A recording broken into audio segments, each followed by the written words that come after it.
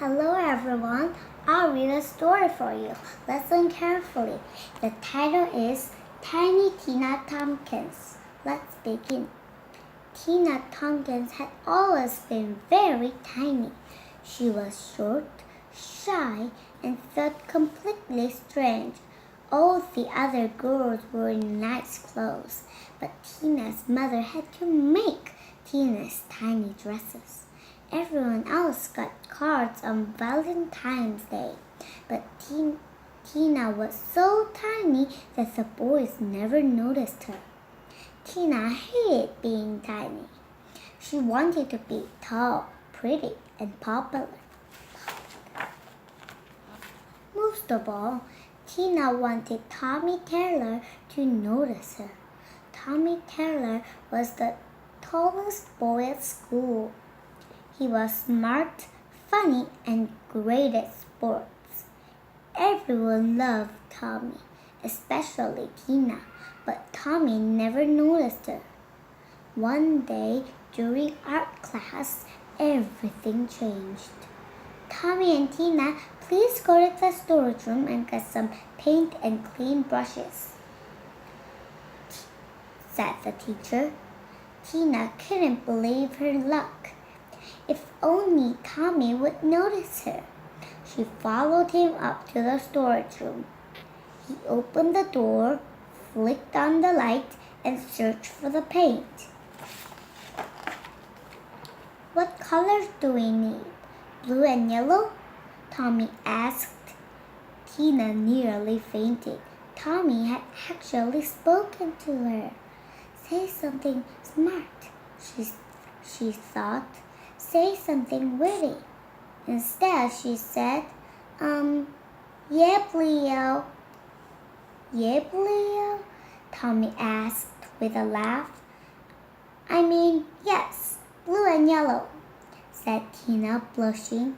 She sounded like a babbling idiot. If only she could say or do something impressive.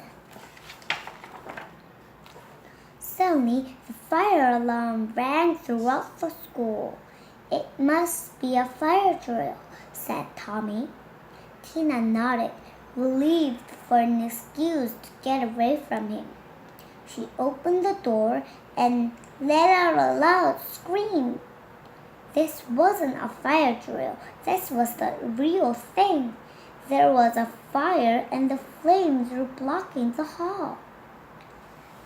Tina slammed the door shut and looked at Tommy. He looked pale and scared. What should we do? He asked. Tina began to panic until she realized that Tommy was asking her for advice. Tina looked around the room. There was only one door. There was a window, but it was too high to reach. Tommy, lift me up to the window so I can call for help, said Tina. She was no longer frightened. She was determined to save them both. Tommy helped Tina up. She could see that the fire truck had arrived. Everyone else was already safely outside. We're up here. Somebody help us, she shouted. Can they hear you? Asked Tommy. I don't think so. I'm going to climb out the window and call for help from the roof, she said. No, Tina, it's too dangerous. Tommy sounded worried, but Tina was ecstatic. Tommy Taylor knew her name. Before he could stop her, Tina climbed through the window. Be careful, called Tommy. Tina nodded and slipped down onto the roof.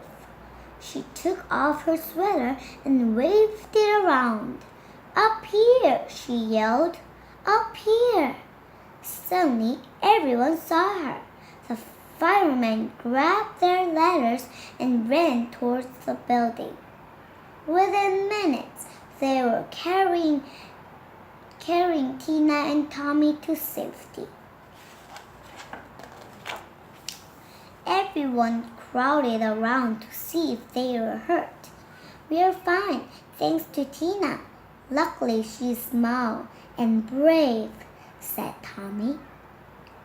Tommy smiled at Tina. "You saved my life." Tina smiled back. Tommy had finally noticed her. The next day, Tina was awarded a medal for bravery.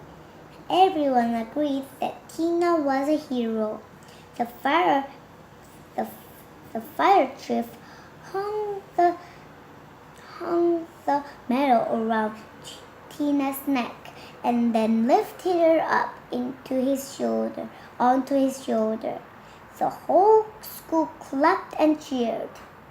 Tina was so happy. Best of all, Tommy Taylor sat in the front row holding her book. She had never felt so tall. From high up on the fire chief's shoulder, tiny Tina Tompkins was glad she was small. Did you enjoy the story? I did too. Next time, I'll read you a more fun story. Goodbye.